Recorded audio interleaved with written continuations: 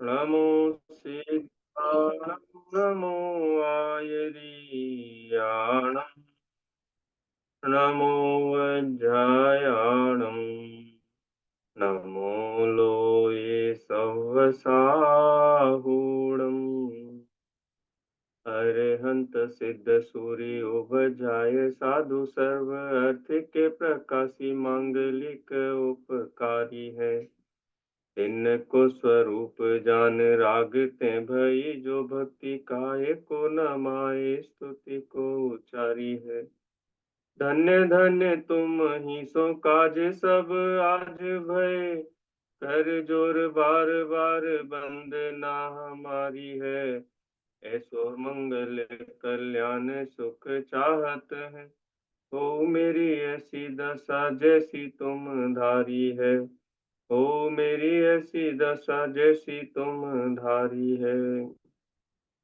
तीन भुवन में सार रीत राग विज्ञानता शिव स्वरूप शिवकार नमः त्रियोग समारिके। खेडाला ग्रंथ की द्वितीय कक्षा में आज हम खेडाला की ही जो प्रथम ढाल है, प्रथम ढाल की जो पहला पद्य है मंगलाचरण, उसके ऊपर चर्चा को आगे बढ़ाएंगे। कल हमने जो चर्चा की थी कि जो छेड़ाला ग्रंथ है वो अपने आप में, मैंने छेड़ाला ग्रंथ के ऊपर अनेक बार व्यक्तिगत स्वाध्याय तो किया ही है, सभाओं में स्वाध्याय किया है। तो अनेक जीवों की परिवर्तन इस ग्रंथ के माध्यम से देखने में आया और बहुत सारे साधर्मी जिनका मैं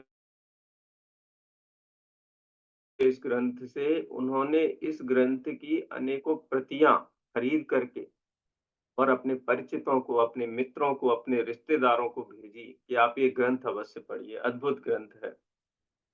ऐसा ये छेड़ाला ग्रंथ है। पंडित दौलत राम पल्लीवाल, दौलत राम जी, जो अलीगढ़ के पास सासनी नाम का गांव है, वहां के निवासी थे। उन्होंने इस ग्रंथ की रचना की। बहुत गहरे स्वाध्यायी थे, संस्कृत प्राकृत के अभ्यासी थे और जिनागम का, समझ लो, चारों अनुयोगों का ही सार उन्होंने छह ढाला के 96 छंदों में। कल अपन ने चर्चा की थी छह ढाला में कितने ढाल हैं, छह ढाल हैं। और छह ढाला में कितने छंद हैं कुल, 96, 96, 96 छंद, 96 छंद, 96 पद्य और मोक्ष मार्ग की गहन गंभीर बात। समझ लीजिए नौका है आपकी, एक कहते हैं ना, एक प्राइवेट नौका है जिसमें आप बैठ करके संसार सागर को पार उतर सकते हैं। बहुत अद्भुत ग्रंथ है।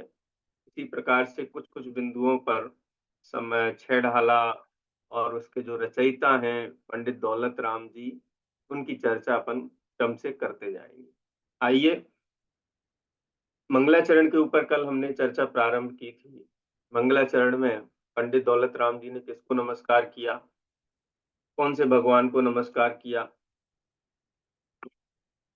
तो हमको किसी का नाम ही यहाँ दिखाई नहीं दे रहा है, ना तो किसी तीर्थंकर का नाम दिखाई दे रहा है। आदिनाथ भगवान का है, ऋषभ अजित संभव अभिनंदन है, महावीर पर्यंत 24 तीर्थंकरों में से किसी का नाम नहीं लिखा उन्होंने है। किसी ज्ञानी पुरुष का, किसी मुनि भगवंत का है, विदेह क्षेत्र के, भरत क्षेत्र के किसी तीर्थंकर का नाम है, भूतकाल की 24सी, वर्तमान काल की 24सी, भविष्य काल की 24सी, किसी का नाम तो लिख देते। किसी का नाम क्यों नहीं लिखा? अगर एक का नाम लिखते तो अनेक नाम छूट जाते। पंडित दौलत राम जी ने किसी का नाम छोड़ा नहीं। जितने भी आज तक तीर्थंकर हुए अनादिकाल से आज तक, सभी तीर्थंकरों के नाम समझ लीजिए आज गर्वित हो गए इस छैडाला ग्रंथ के मंगलाचरण में। हम चर्चा करेंगे कौन छूटा, इसकी भी हम चर्चा करेंगे। कोई छूटा नहीं। क्यों? क्योंकि जितने भी तीर्थंकर हैं सब अरहंत परमात्मा होते हैं, और अरहंत कहते ही उसे हैं जो वीतरागी और सर्वज्ञ हो, वो अरहंत हैं। जो वीतरागी और सर्वज्ञ अशरीरी हों वो सिद्ध हैं।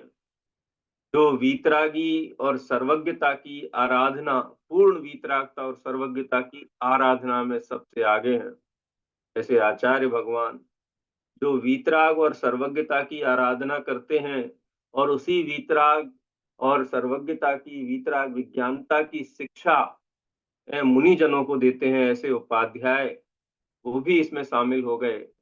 और जो साधु हैं, जो वीतराग विज्ञान के आराधक हैं, हर निस इसी वीतराग विज्ञानता की आराधना में रहते हैं। कोई व्यापार धंधा नहीं करते, ज्ञान का व्यापार करते हैं, वैराग्य का व्यापार करते हैं, इसीलिए सिद्ध पद पाते हैं। ऐसे पांचों परमेष्टि इस वीतराग विज्ञानता में गर्वित हैं। और जगत में परमेष्टि से बढ़कर के तो कुछ है नहीं। परमेष्टि शब्द है ना, परम इष्ट। इस शब्द का अर्थ क्या होता है? जो जगत के जीवों को परम इष्ट हो। एक ऐसा भी अर्थ होता है सबके लिए जो पूज्य हो, वो परमेष्टि कहलाते हैं, अथवा परम पद में स्थित है।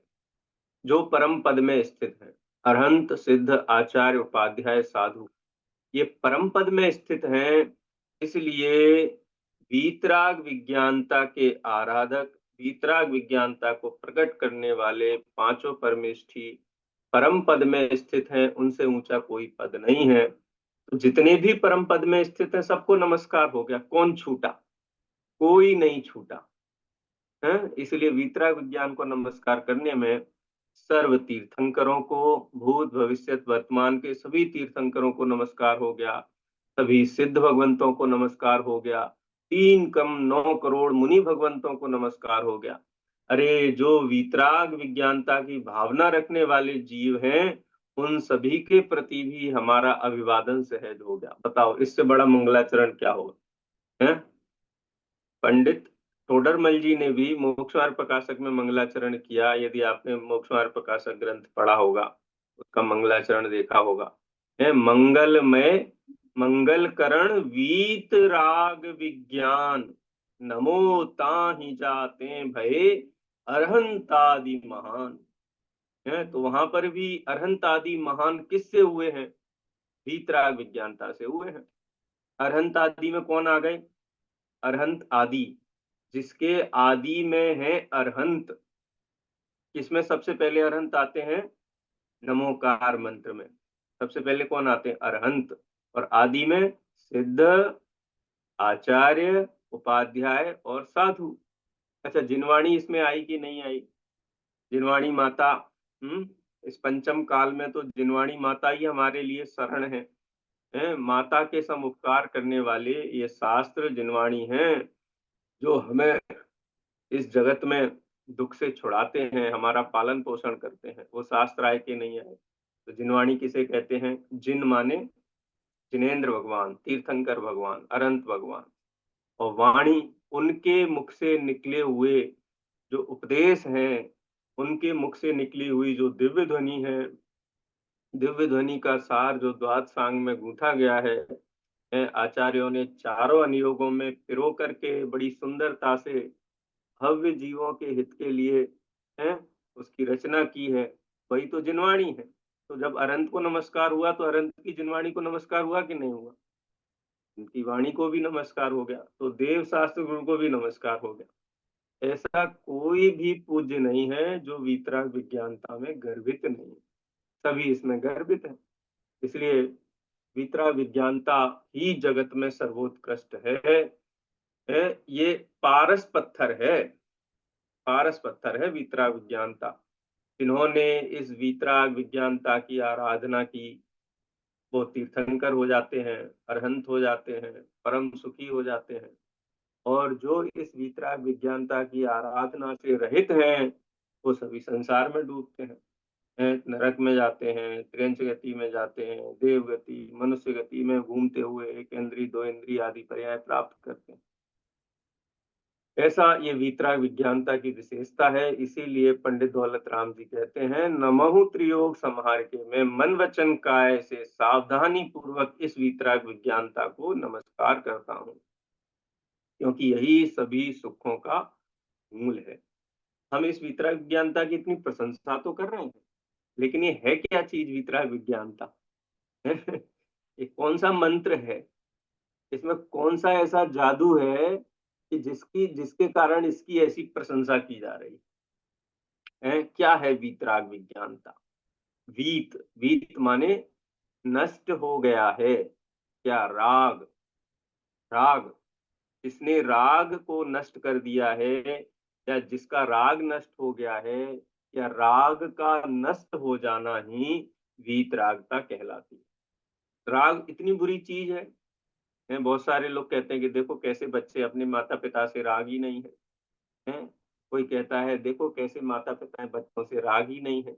ये राग अच्छी चीज है कि बुरी चीज है? हैं? हैं? ये तो अच्छी बात है ना, सबसे राग होना चाहिए, सबसे राग होना चाहिए, सबसे मित्रता होनी चाहिए, सबकी भलाई का काम करना चाहिए, सबसे प्यार प्रेम से रहना चाहिए।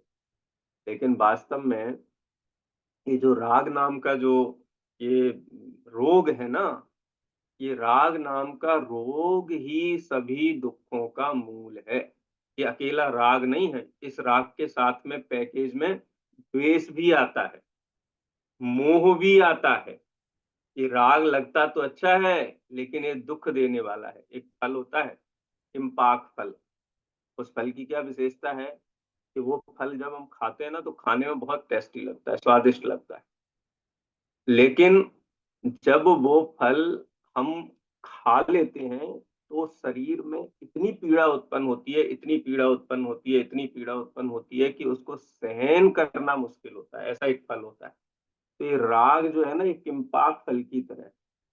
संसारी जीवों को राग और द्वेष के बिना चैन नहीं पड़ता है, लेकिन एक एक समय राग परिणाम के कारण जो कर्म का बंध होता है, वो कर्म का बंध संसार में घुमाने वाला है। इसलिए ये राग बहुत खतरनाक चीज है, हैं? ये हम समझेंगे आगे, अभी एकदम से समझ में नहीं आएगा। लेकिन वीतराग शब्द का मतलब है राग का बीत जाना, अभाव हो जाना, नष्ट हो जाना। अरहंत अरहंत कैसे हुए? क्योंकि उन्होंने राग का अभाव किया। क्या अकेले राग का अभाव किया? बोले नहीं। राग राग होता है, राग और द्वेष चार कसायात्मक होता है। जैसे क्रोध है, वो द्वेषात्मक कसाय है।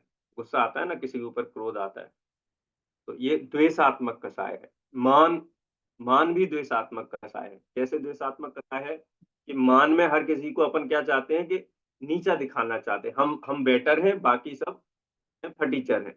ऐसा रहता है ना मान में, हम बेटर हैं, बाकी सब फटीचर हैं। तो इसमें भी द्वेष होता है। और माया में क्या होता है कि माया में मंद कसाय, रागात्मक कसाय है। वो ऐसा कि किसी को बुरा नहीं लगे, अपना काम बन जाए, किसी को पता नहीं चले, ऐसा मीठी मीठी भाषा से अपना काम करता है। तो राग माया कसायात्मक। अथवा लोभात्मक है, किसी को पुत्र का लोभ, किसी को माता का लोभ, किसी को धन का लोभ, अरे किसी को भक्ति का लोभ है, किसी को किसी वस्तु का, अनेक अनेक प्रकार की पांच इंद्रिय के विषयों का लोभ है, किसी को स्वर्ग का लोभ है। ऐसे लोभ होता है ना, तो ये लोभ रागात्मक कसा है। जैसे हास्य, रति, अरति, शोक, भय, जुगुप्सा, स्त्री वेद, पुरुष वेद, नपुंसक वेद, ये सभी राग द्वेषात्मक कसा है। लेकिन राग द्वेषात्मक कसायों की क्या विशेषता है कि ये कसाएं एक साथ आती हैं। ऐसा नहीं है कि हम क्रोध क्रोध नहीं करेंगे, खाली राग ही करेंगे, द्वेष नहीं करेंगे, ऐसा नहीं होता। जहां राग होगा वहां द्वेष भी नियम से होगा। कोई वस्तु हमें अच्छी लगती है, राग है, ठीक है, अच्छी लगती है बहुत। जैसे किसी को समझ लो, किसी को आप किसी मित्र के प्रति बहुत राग है, तो बोले कि तो राग ही राग करना, द्वेष मत करना। तो बोले कि हाँ हम राग ही राग करेंगे, द्वेष नहीं करेंगे। लेकिन हमारा जो प्रिय मित्र है, जिसके प्रति हमें बहुत राग है, यदि उस मित्र को कोई चोट पहुंचाए, कोई उसका अहित करे, तो उस व्यक्ति के प्रति क्या आएगा? हमको द्वेष आएगा कि नहीं आएगा? तो क्या नहीं, हमको द्वेष नहीं आएगा। तो अगर द्वेष नहीं आएगा तो इसका मतलब राग भी नहीं है। फिर वो दोस्त कहेगा देखो हमको उसने पीट दिया और तुमने कुछ नहीं कहा, इसका मतलब तुम हमारे पक्के दोस्त नहीं हो। इसका मतलब क्या हुआ, ये राग द्वेष साथ में ही चलते हैं, ये राग और द्वेष पैकेज में चलते हैं, और ये राग द्वेष ही संसार का मूल है। एक बहुत गंभीर बात कहता हूँ, शास्त्र की बात, आप समझने का प्रयास करना। प्रवचन सार ग्रंथ में ये बात आती है कि ये जीव राग क्यों करता है, इसको राग क्यों आता है? क्योंकि इसको ये नहीं पता है कि वस्तु का स्वरूप क्या है। मैं कौन हूँ, जीव हूँ, और मेरे जैसे कितने जीव है संसार में, अनंत जीव है। अच्छा, कौन जीव किसका है? कोई किसी का नहीं है। कौन सी वस्तु किसकी है? किसी की कोई वस्तु नहीं है, सब द्रव्य स्वतंत्र हैं। जगत के सारे द्रव्य स्वतंत्र हैं, अपने अपने स्वचतुष्टय में रहते हैं। लेकिन इसको ये बात पता नहीं है। ये क्या मानता है, किसी को अच्छा मानता है, किसी को बुरा मानता है, और एक अच्छा बुरा मान करके क्षुब्ध रहता है, दुखी रहता है 24 घंटे। गाथा है 83 नंबर की प्रवचन सार की। धव्वा दिए सुमूढ़ो भावो जीवो हवदि मोहोती उब्बदितेणु छन्नो पारागम वदो संवा। है दव्वा दिए सुमूढ़ो, वस्तु स्वरूप द्रव्यादि द्रव्य गुण पर्याय के स्वरूप को जाने बिना किसी को अच्छा मानता है, किसी को बुरा मानता है, किसी को अपना मानता है, किसी को पराया मानता है। और ऐसे भावना से क्या होता है, इसको मोह कहते हैं। और मोह के कारण 24 घंटे क्षुब्ध रहता है। अपन ऐसा विचार करें कि भूतकाल में ऐसा कौन सा समय था, पॉइंट ऑफ टाइम, जब हम बहुत खुश थे, बहुत सुखी थे। विचार करो कभी, कोई समय आपको नहीं मिलेगा। हर समय कुछ ना कुछ अपूर्णता, कुछ ना कुछ कमी, कुछ ना कुछ तकलीफ। वर्तमान के समय में सोचो, क्या मैं वर्तमान क्षण में पूर्ण सुखी हूँ? नहीं नहीं, थोड़ा ऐसा हो जाए तो है। अभी तो इनकम 1 लाख की होती है, 2 लाख की हो जाएगी तो मैं सुखी हो जाऊंगा। अभी तो एक छोटा मकान है, बड़ा मकान हो जाएगा तो ज्यादा सुखी हो जाऊंगा। अच्छा, जिनके पास बड़ा मकान है वो तो सुखी है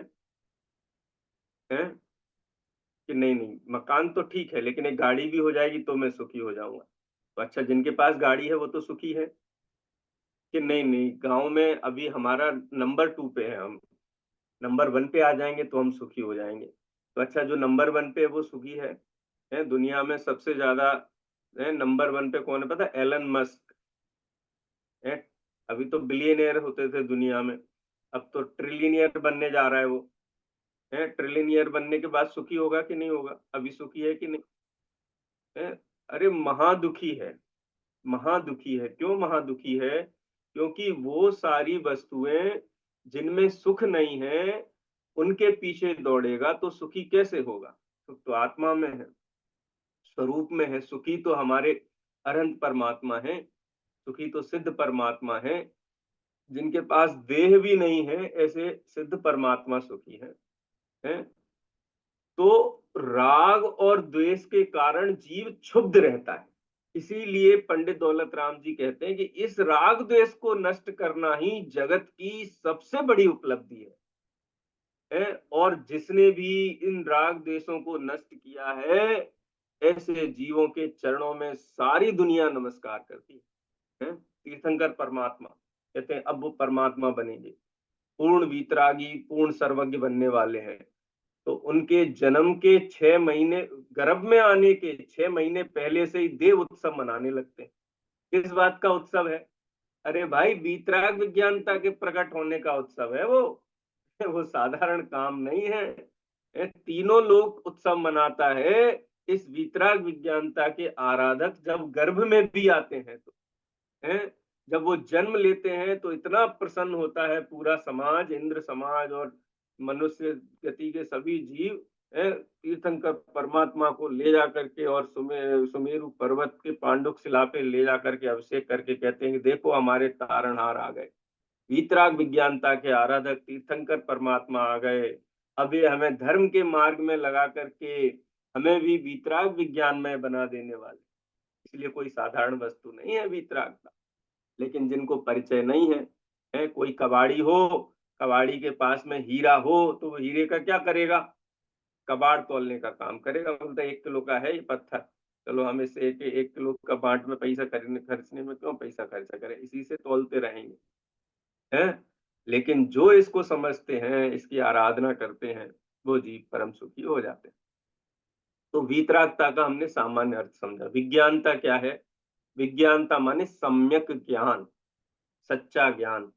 सर्वज्ञता भी इसका अर्थ होता है? सर्व द्रव्य पर्यायेषु केवलस्य, जो सब कुछ जानता है, जगत की कोई वस्तु जिसके ज्ञान से छिपी नहीं है, ऐसे जीवों को सर्वज्ञ कहते हैं।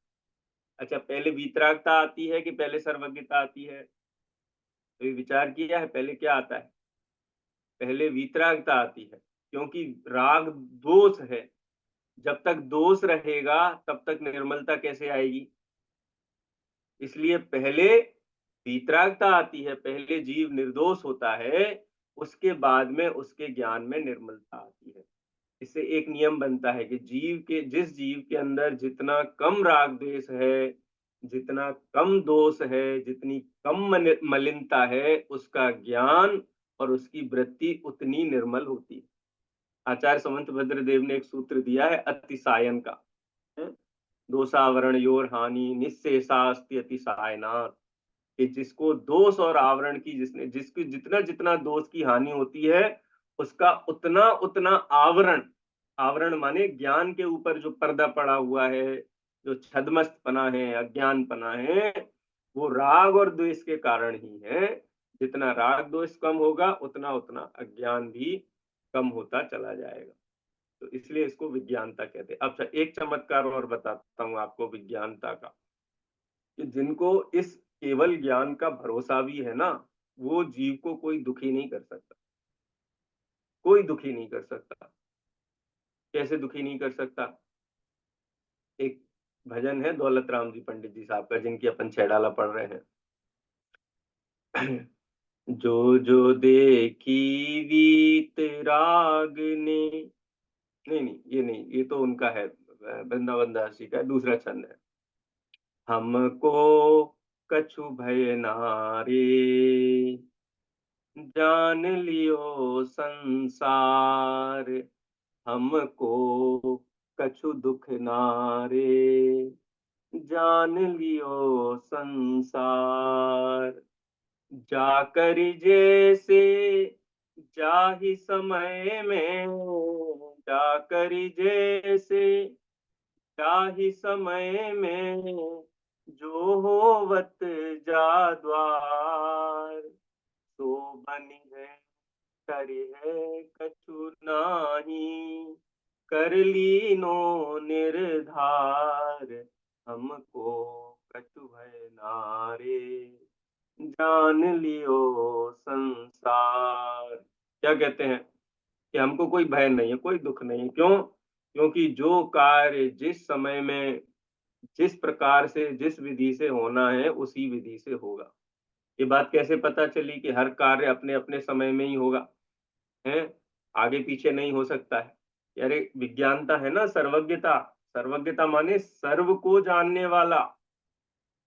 सर्वज्ञता से क्या पता चलता है कि जगत में हर होने वाले कार्य और उसके क्रम को भी जो जानने वाला है वो सर्वज्ञ है। सर्व द्रव्य पर्यायेषु केवलस्य, जितनी भी वस्तुएं हैं और उनकी जितनी भी अवस्थाएं हैं, जितना भी परिणमन है, जितनी भी दशाएं हैं, जितनी भी हालत अवस्थाएं हैं, वो सब अवस्थाओं को केवली परमात्मा जानते हैं। भगवान आदिनाथ ने ये जान लिया था कि नहीं जान लिया था कि मारीची का जीव 24वें तीर्थंकर होंगे? कैसे जान लिया? क्योंकि वो सर्वज्ञ थे ना। यानी उनके ज्ञान में जो झलका है, उसी अनुक्रम में वो 24वें नंबर के तीर्थंकर हुए। भगवान नेमिनाथ ने ये जान लिया था कि नहीं जान लिया था कि 12 वर्ष बाद द्वारिका जलेगी? जली तो थी नहीं, तो कैसे जान लिया? अरे भाई, वो सर्वज्ञ थे ना। तो जो सर्वज्ञ के ज्ञान में झलका है, जैसा झलका है वैसा नियम से, उसी क्रम से होता है, तो हम अपने माथे पे बोझा क्यों लें?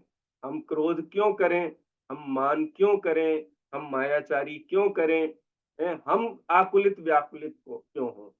अपना कर्तव्य जान करके कर्तव्य करेंगे, लेकिन माथे पर कोई भी दुख, कोई भी टेंशन, कोई भी प्रकार का तनाव हम अपने माथे नहीं लेंगे। क्यों? क्योंकि हमने विज्ञानता को जान लिया है। हमारे भगवान केवली होते हैं, सर्वज्ञ होते हैं, हमने जान लिया, इसलिए हमको कोई टेंशन नहीं है। लेकिन जो भूमिका के अनुसार जो करने का कर्तव्य का भाव आता है वो करते हैं, लेकिन हमारे विकल्प से, हमारे करने से तो कार्य नहीं होता है। हमारे विकल्प से कार्य होता है कि कार्य अपनी क्रम से, योग्यता से होता है। अगर हमारे विकल्प से कार्य होता, हमारे करने से कार्य होता, तो सारा कार्य हमारे अनुकूल होना चाहिए। लेकिन हमारे विकल्प से, हमारे परिश्रम से तो कार्य होता नहीं है। कार्य तो अपनी योग्यता से ही होता है। जिस समय जो कार्य होने योग्य होता है, वह कार्य उस समय होता है। ये विज्ञानता से हमें पता चलता है। और विज्ञानता को स्वीकार किए बिना वीतरागता नहीं आ सकती है। सब कुछ निश्चित है। हमारे राग द्वेष करने से, हमारे चाहने से कुछ नहीं होता। बोलो कितनी शांति की बात है ये, है? पूरा का पूरा बोझा माथे से उतार दिया इस विज्ञानता ने। तो ऐसा जगत का सर्वोत्कृष्ट वीतराग विज्ञानता नाम के रत्न हैं, उनको पंडित दौलत राम जी पहली ढाल में नमस्कार करते हैं। अच्छा, मंगलाचरण क्यों किया जाता है?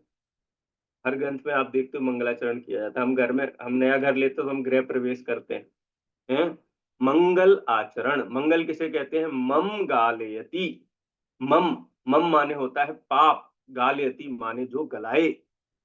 हम ऐसा कार्य करते हैं कोई भी कार्य प्रारंभ करने के पहले जो पापों को नष्ट करे, और मगम लाती, जो मगम, मगम माने सुख प्रकट कराए। तो जो मंगलाचरण है वो पाप की हानि के लिए और सुख की प्राप्ति के लिए जो नमस्कार अथवा स्मरण, इष्ट स्मरण किया जाता है, उसे मंगलाचरण कहते हैं। मंगल आचरण वास्तव में तो ग्रंथ पढ़ने का भाव मन में उत्पन्न हो जाए, यही अपने आप में मंगलाचरण है।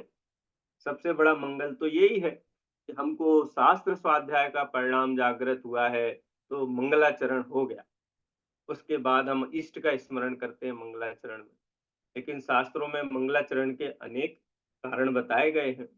एक कारण है कि जो हमारे इष्ट हैं उनका हम स्मरण करते हैं। तो हमारे लिए इष्ट कौन है? 5 परमेष्ठी इष्ट हैं, तीर्थंकर इष्ट हैं। तो वीतराग विज्ञानता जिन तीर्थंकरों ने और परमेश्वरियों ने प्रकट की है, हम वीतराग विज्ञानता का स्मरण करके ऐसे तीर्थंकरों और पंच परमेष्ठियों का स्मरण कर रहे हैं। इष्ट का स्मरण करने के लिए मंगलाचरण किया जाता है। एक ये कारण बताया है। एक कारण ये बताया है शिष्य को शिक्षा देने के लिए कि हमारे आने वाली पीढ़ियां, हमारे आने वाले जो शिष्य हैं, वो शिष्य भी इस चीज को सीखें कि जगत में कोई भी विशेष कार्य जब हम करते हैं तो हम अपने इष्ट का स्मरण करते हैं, जिससे हमारे आने वाली पीढ़ियां भी ये सीखे। तो शिष्य शिक्षार्थम, शिष्य की शिक्षा के लिए भी मंगलाचरण किया जाता है। शिष्टाचार परिपालन के लिए, ये शिष्टाचार है। कोई भी काम करें तो बड़ों लोगों को, मोक्ष मार्ग में सबसे बड़े कौन है? पंचपरमेष्ठी है, तीर्थंकर है, पितरा विज्ञान के उपासक हैं।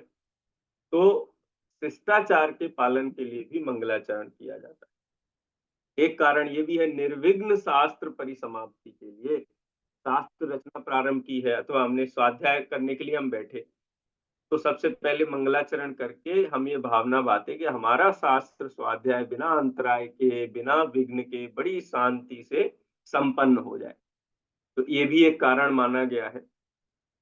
कुछ गौण कारण भी हैं। इसमें कहते हैं पुण्य अवाप्ति के लिए कि जब हम मंगलाचरण करते हैं, ईश्वर का स्मरण करते हैं, जब हम तीर्थंकरों का स्मरण करते हैं, इष्ट पुरुषों का स्मरण करते हैं, आप्त पुरुषों का स्मरण करते हैं, तो हमें पुण्य की प्राप्ति होती है।